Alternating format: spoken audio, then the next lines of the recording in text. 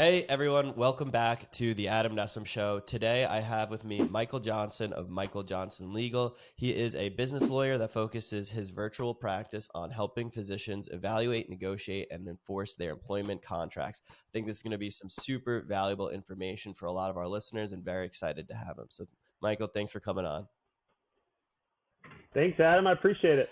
Awesome. So we were chatting a little bit before this, but for those that might be listening or watching this and don't know who you are, could you just give a little bit of your background, how you kind of got yourself into this very niche area of law, I'd say, and some of the things that you do? Yeah, so the story behind physician contracts, it actually starts March 6th of 2016 when I swiped right on a cute little brunette who said that she was in med school. And about 7 or 8 months later, she was my fiance. And she was like a week away from match. Luckily, she matched in New Orleans where we were both living. So we ended up coming together very quickly, right? I was going to say it's high risk in that like week before. It was. So like we literally matched we both matched on Bumble. Twice. Matched twice, matched on Bumble, and then matched like the real match. But like matched, and then 3 days later went out on a date, went to a little jazz bar, had some chicken and waffles, and we were very close ever since. But the next week she matched. I remember the first couple dates, she was like, "Oh my goodness, I don't know if I'm going to be in New Orleans or Milwaukee." I think she ranked a couple others. Mm-hmm. And I was like Googling, trying to figure out what Match is. Right. I still don't fully understand like exactly how Match works. It's like this like magical like behind the what is it from Wizard of Oz? Like behind the curtain type thing. I don't fully understand. Yeah. But anyway, that's a story for another for time. Me. So, fun fact, it's like the same algorithm that sororities use during their rush and recruitment process. So I always found that funny that's what us doctors are using as well. So anyways, she matched in New Orleans, matched to LSU New Orleans. So we were in New Orleans, engaged that fall. But anyways, I started helping her with some moonlighting options, moonlighting contracts, and some of the upper levels are starting to look at their first contract. So I was a business lawyer, primarily business litigation, insurance, and construction, but I had some experience in employment law and evaluating non-competes and terminating contracts and all of that. So I started teaching myself about physician contracts. So we learned this on my wife's contracts, and then we negotiated her contract, leaving residency for our first physician post-training job. And we just learned a ton. I started a solo law practice in August of 2019, a week before my son was born. So I wanted a solo practice to work for myself, and I help small businesses and business in general counsel and litigation and for physician contracts. But physician contracts has turned into my passion. Over the last few years, I see physicians getting really terrible deals and not understanding their contracts and getting surprised on the back end. And I really want to change that. So that's how I ended up doing physician contracts. Awesome. So what are some of the things that you would say are in physician contracts that most people wouldn't even know about or think to look about that you would say are really important when someone's going in to negotiate or review the contract? Yeah, so a silly little provision that most people ignore is the entire agreement clause. It's in almost every single contract, and it says that any oral agreements, oral discussions about the contract that happen before it's signed are unenforceable, which in the physician contract interview process, negotiation process, means that everything that they told you during the interview process, all those employer campaign promises that they said about the job to get you to come over, are not enforceable unless they're written into the contract. This is like probably the biggest misconception, is that physicians feel that during the recruitment process, all those details about the job are enforceable. Like they got to stick to it during the contract, but they really don't. It's just what's in the contract. So I like to point that one out first. And then just kind of looking at it holistically, physician contracts not normally at will. You can't leave it like you left your job at Dairy your Queen. lifeguarding job. Yeah, exactly. Like most physicians had like some sort of college job, right, where you could just leave. Or you got your job through Match, which is a whole other thing. And matching is nothing like finding your first post-training job. But usually comes with pretty punitive termination clauses that you have to pay attention to and you have to follow. Usually you have to give your employer notice to terminate at least 90 to 180 days in advance.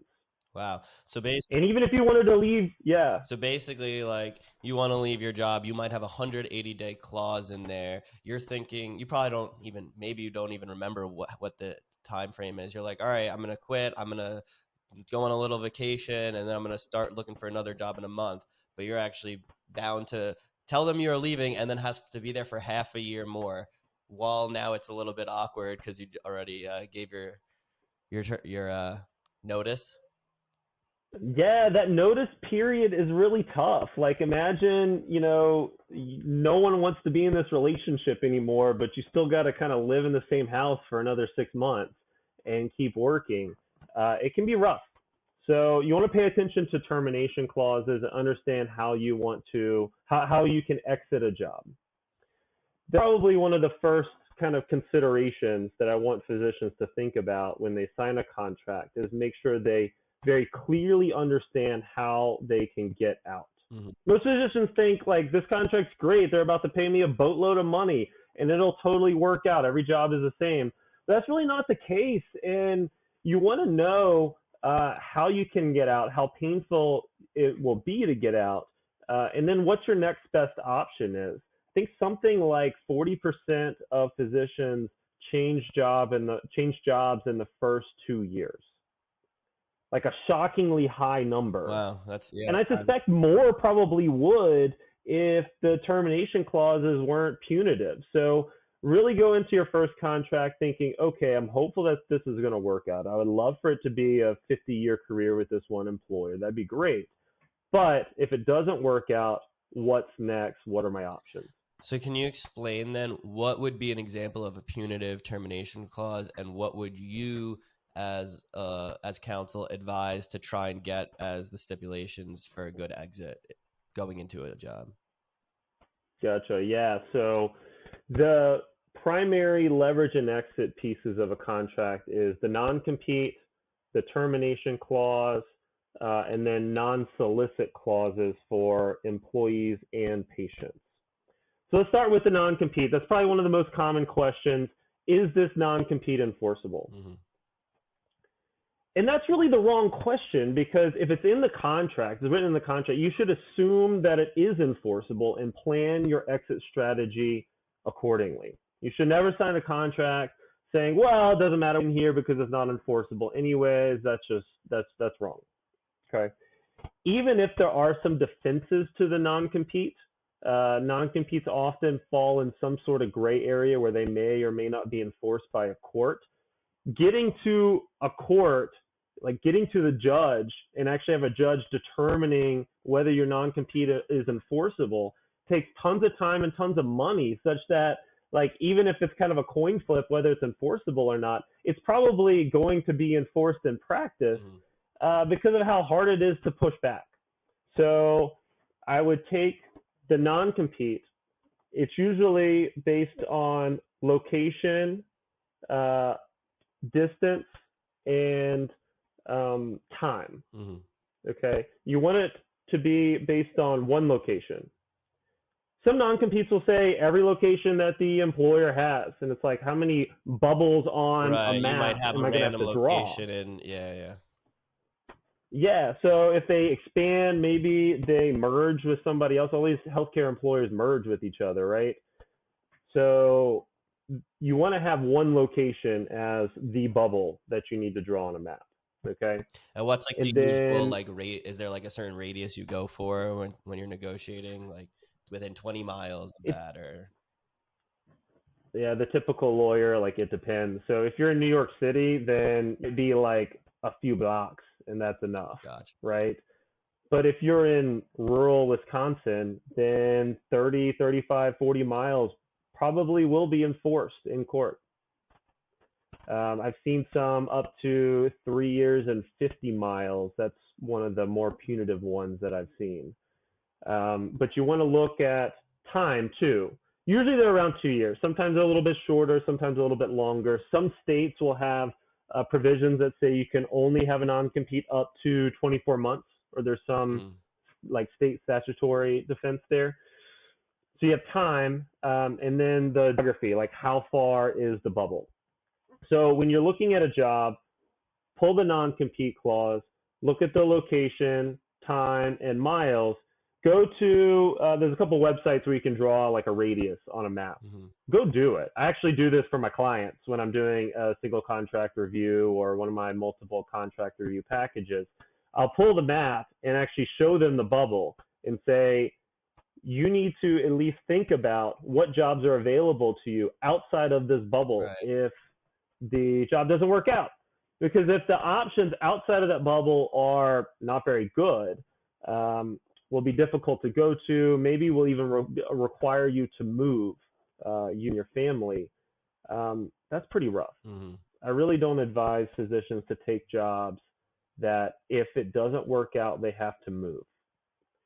And Adam, like you're kind of early on in your family, like your personal situation, right? But imagine if you take a job when you don't have 3 kids and a mortgage, and they're not all in private school for 15 years. Like imagine that scenario where you're very settled, like you're grounded in one community, Mhm.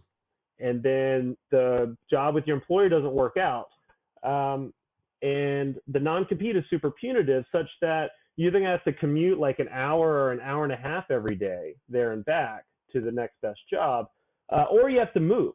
That can be really painful for a family. Yeah. So for starters, I think it's super helpful to pull the non-compete, see what jobs are available to you, what locations are available to you outside of that, and plan your exit strategy accordingly.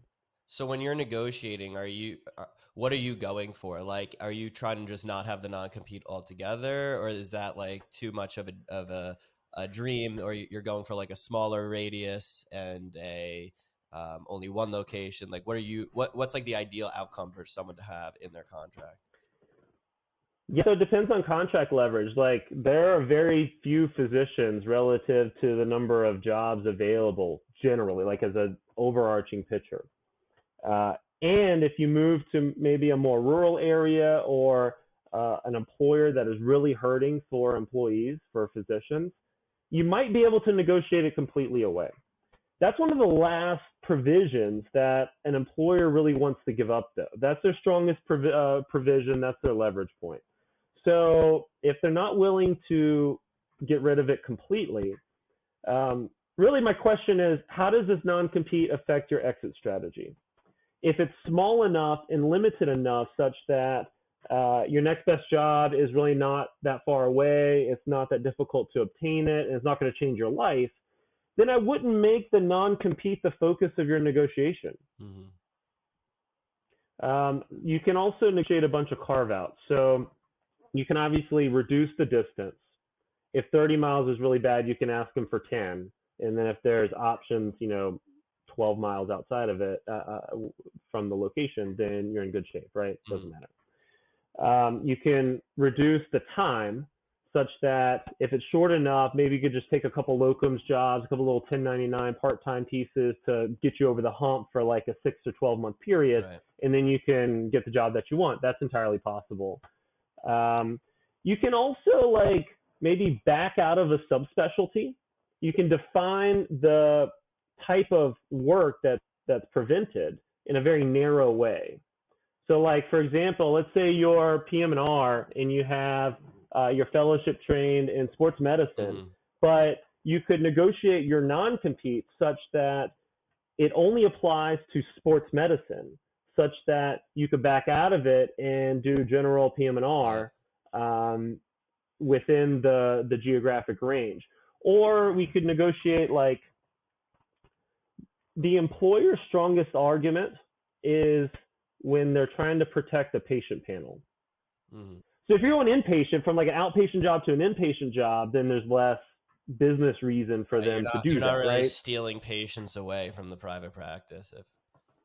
Exactly. You can also carve out like an academic option, such that if you're going to an academic institution, then also I'd argue you're not trying to really steal patients, right? You're going for altruistic reasons, for some different reasons. And then you can also negotiate a buyout, but most buyout offerings are just incredibly high. I haven't seen a lot of very reasonable options for buyouts. There are a lot of states that require the contract to provide a reasonable buyout option. And when you say buyout, and you mean like pay a certain amount to void the non-compete, essentially? Exactly. So like you could say, your non-compete is 2 years and 25 miles. Mm-hmm. But if you pay the employer $100,000 upon exit, it's gone. Got it. But it's usually like a really high number. Like if we could get it down super low where it's 25 grand or 20 grand, like most physicians can pay that in a month, and it's really not going to prevent them from their like really restrict them on their exit strategy, right? But a lot of times it's just too high. Those are some of the highlights, some of the more popular ways to negotiate a non-compete. Got it.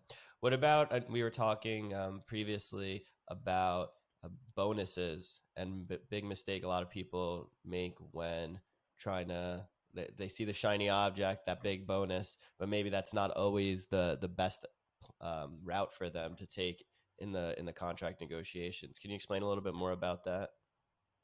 Yeah, employers are savvy. They know, like, I hate to sound bad, but how poor you guys are right now. Like you're in residency and you haven't been making much money, and you're used to making minimum wage or less at this point for so long. So if they dangle a $20,000, $50,000, $100,000 check, I saw one yesterday for a psychiatrist for $150,000 for 4 years. Like that's a lot of money for you guys at this moment in your life. But in the grand scheme of things, it's really not. Like that sounds crazy to say, like, Michael, that's like 2 years of my salary. Like, what are you talking about? But overall, you're much better off negotiating almost any other part of your compensation compared to just increasing your signing bonus.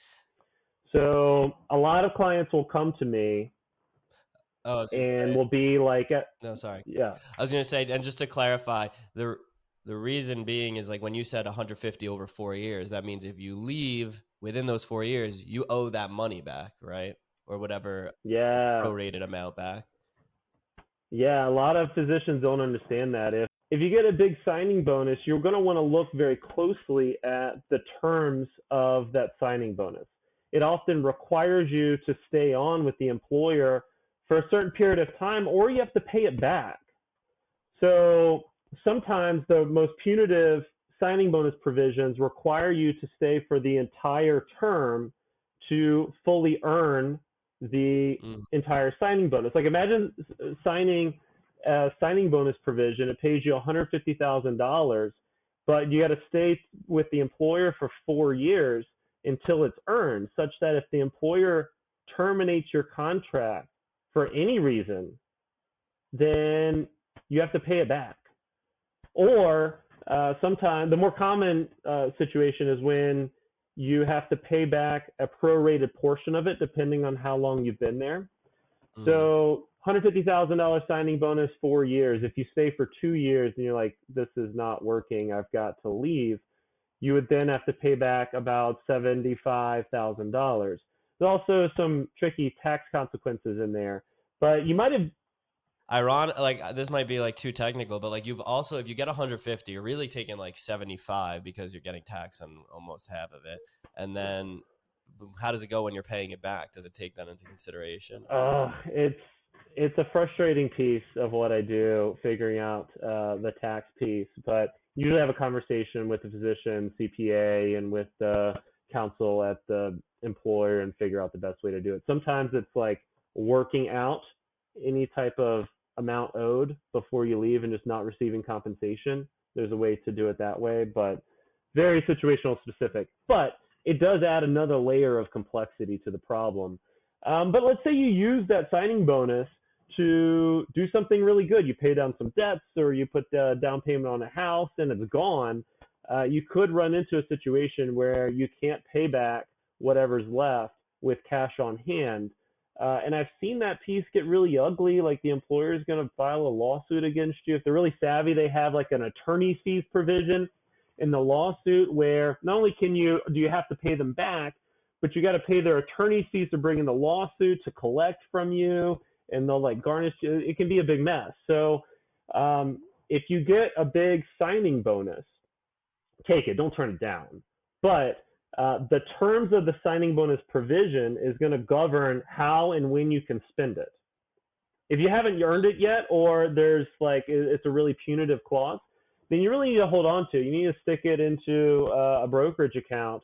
Hope the market doesn't go down for a little while.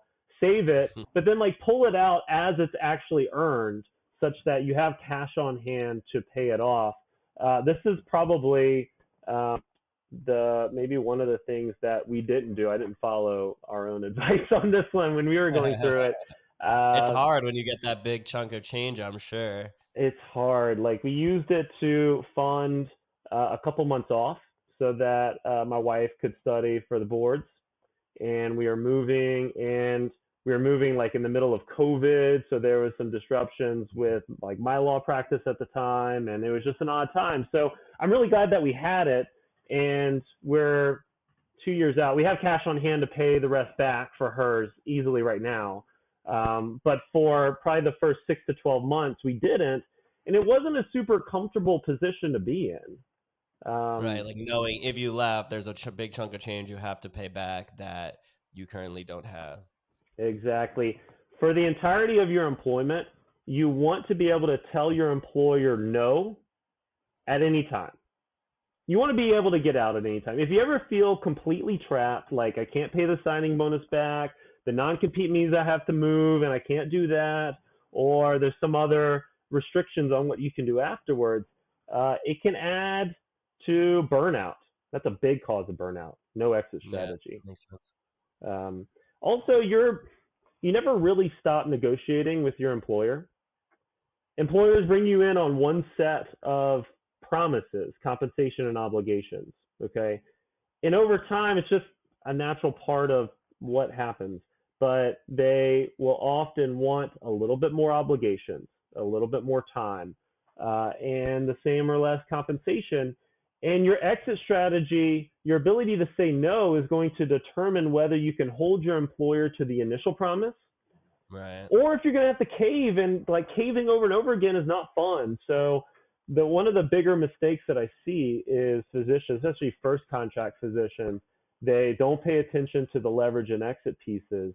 They're overly focused on compensation and overly focused on signing bonus. And it gets them into trouble because then they can't tell their employer no on the back end. And that's when you see folks who end up working 50, 60, 70 hours a week and just doing a lot of work that's really uncompensated, is because their employer asked them to do it and they can't tell them no. Right. Like you're writing notes at home and different things like that. Exactly. Because you're doing other stuff that wasn't originally part of the original contract. Yeah, they ask you, hey, look, we have 4 NPPs that you now need to supervise.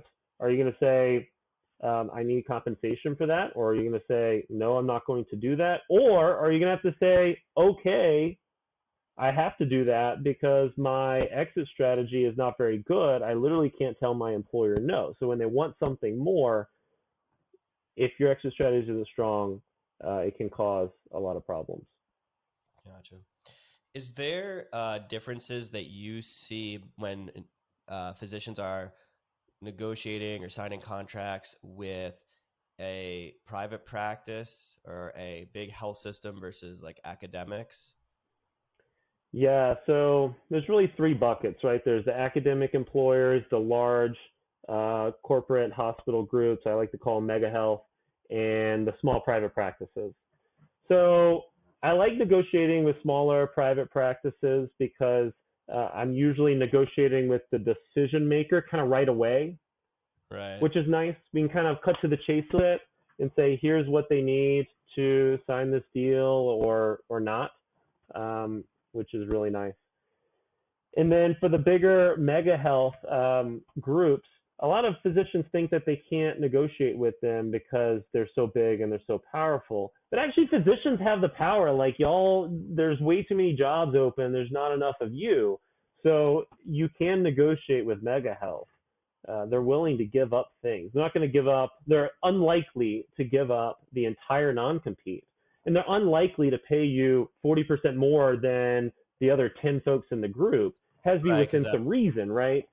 But there are definitely a ton of opportunities to negotiate with mega health, but also with academics as well. Like, my biggest fear with a physician taking an academic job is that they're going to be paid maybe a reduced compensation package because it's academic, but then they're going to be worked like they're working for mega health or a fast-paced private practice, yeah.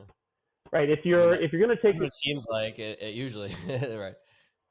Yeah, that's one of the bigger issues that I see with academics. So you're unlikely to negotiate a big increase in compensation with an academic institution. Like, if you're trying to be paid a lot more than the folks that have been there for 3 decades, that's going to be challenging. It's not impossible. We'll have to see about your situation and what's up. But you can more clearly define the sections about obligations such that they can't take advantage of you. So that's Right. call schedule, maybe flex work opportunities, maybe negotiating for more PTO or some sort of enforceable reduced FTE, or just clearly saying, okay, you're paying me this and I'm giving you these things, a set amount of work. And if you want anything more than that, then I get to either say no or you have to compensate me more, whichever one you want.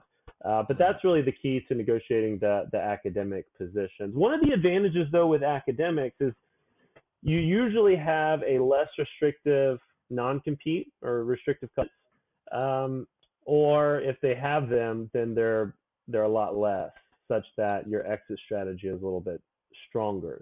You can tell them, hey, look, if you make me now take Q3 call instead of Q6 call, Mhm. then I'm just going to leave. And I'm going to go to the place that makes me do Q3 call, but is going to pay me like 100 grand more. You have some negotiating Right. leverage there. But I negotiate with academic jobs all the time. Gotcha. I imagine, unfortunately, most of your clients, I guess, if it's not their first contract is probably very exciting. If it's they're having to leave or try to get out, it's probably not always the best situation.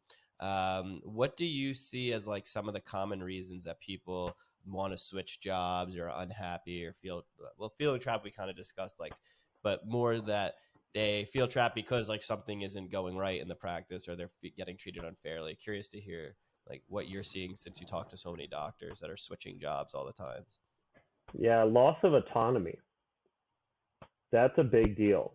So it's really the same in smaller private practices or larger corporate groups. If you have no control over the time you have with patients, what you can do with patients, if you're just restricted, you feel like your hands are tied, that can lead to burnout. That's a big problem. Also, expanding obligations without any corollary expanding compensation, Mm-hmm. that's a big deal. That usually happens because the leverage and exit strategy is not good. Or the physician simply never really learned how to tell the employer no. This is really Right. hard for physicians. It's so difficult. You go through medical school and you're under a ton of stress.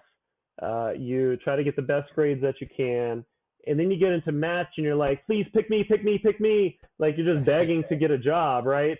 And then in residency, your hands are kind of tied too. Like, you can't really tell folks in residency no that easily. No, There's some efforts. residency, you do whatever they say, you do. Yeah, For the they most. ask you like jump, and you're like, how high, right? There's some efforts to make that more reasonable, less abusive, but I don't know how successful that is right now. But so you've been conditioned for at least 8 years ish, or maybe even more, to say yes to really anybody that asks you for something.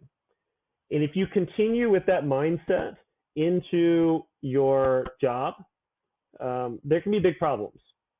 If you continue to say yes and you take more call for free, you see more patients for free, you see patients in less time, you end up supervising more non-physician practitioners, that sort of thing. And that stress, those little asks, time after time, often result in burnout, or cause a physician to want to leave a job.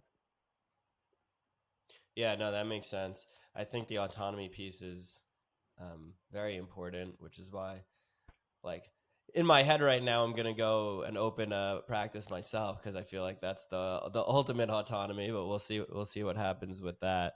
So I won't hopefully need your services. I hopefully won't be negotiating any contracts, but I know a lot of people that may. So I know a lot of physicians you work with, they're coming from other jobs, right? And I know sometimes they'll ask you like, how can they potentially get out because they had a bad exit strategy? What like percentage of physicians do you see like did no negotiation with that first contract, and how important is it to actually negotiate the first contract? Ugh. My guess is that maybe 1 in 5, 1 in 10 actually negotiate the first contract. And let's define like what it means to negotiate. Like negotiating is not just checking the MGMA compensation data and seeing if it's about reasonable. Yeah, right. That's not enough. Like that is not enough. If you learn anything from me from this podcast, from anything that I have on Instagram or like my website, is not just looking at MGMA compensation data and stopping. Okay, I see that as a huge pitfall. Physicians think that they have evaluated their contract, but all they've looked at is compensation. Obligations is clear, is unclear, is vague, and then the leverage and exit strategy is just completely unknown. That's a big misconception. But actually negotiating, asking for something other than another 10K in signing bonus, maybe 1 in 5, 1 in 10. And we need to bump those numbers up. Look, every physician should negotiate their first contract, enforce their first contract, and negotiate every renewal, every new contract thereafter. Okay, if we do that, we're going to help each other. I say we like I'm a physician. All of you guys are going to help each other. My wife's a physician, not me. But all of you are going to help each other get better deals if everyone is negotiating. And there's so many like low-hanging fruit things to negotiate for. Asking for more reasonable non-compete, carving out something that helps you exit with dignity, keeps your family in the same home and all of that. Super reasonable, right? Or even like work hours, right? What's that? I said even like work hours. Yeah, work hours is a great place to negotiate. Like if you're a psychiatrist, for example, your contract really should tell you how many patient contact hours you have. If that's fuzzy, if your contract could be 30 or 40, then how are you going to evaluate whether the compensation is good or bad? Mm-hmm. It might be good for 30 patient contact hours. It might be terrible for 40 patient contact hours, right?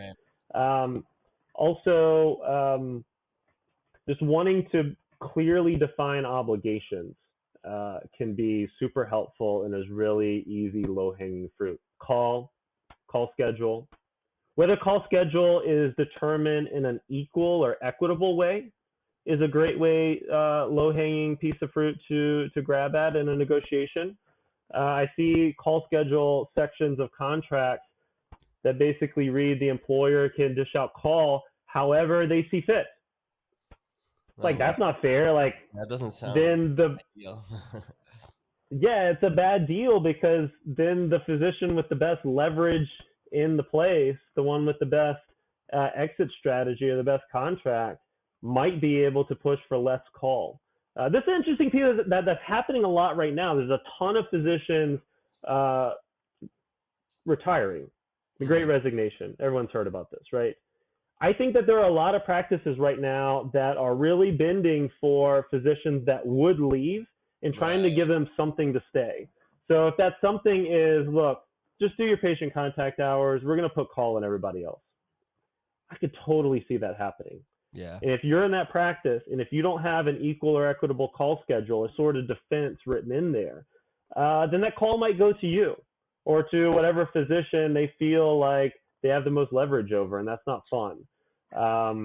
But yeah, so back to the main point, negotiating your first contract, there are a ton of ways that you can push for what's right. Very few actually do it.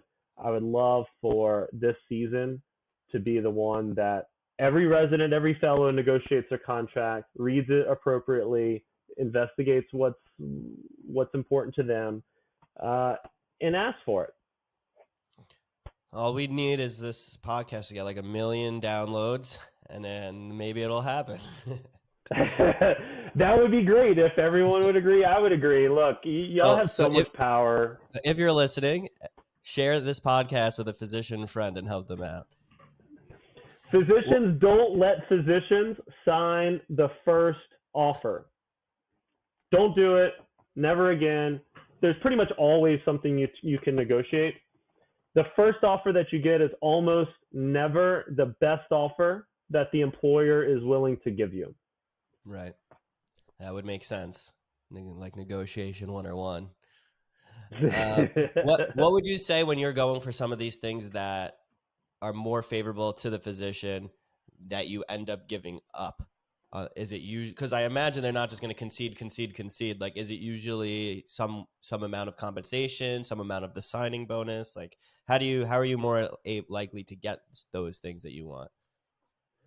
Gotcha. So the employer is probably most likely to cave on like another 5 or 10K in signing bonus or moving expenses or something like that.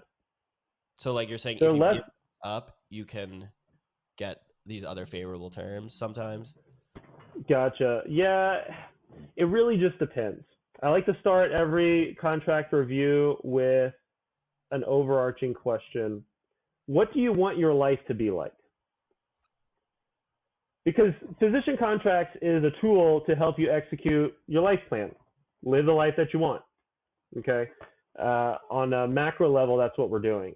So it really just depends physician to physician, what they can give up, which doesn't matter to them, or what things they want to hold on to that are more important. It's a really personal decision.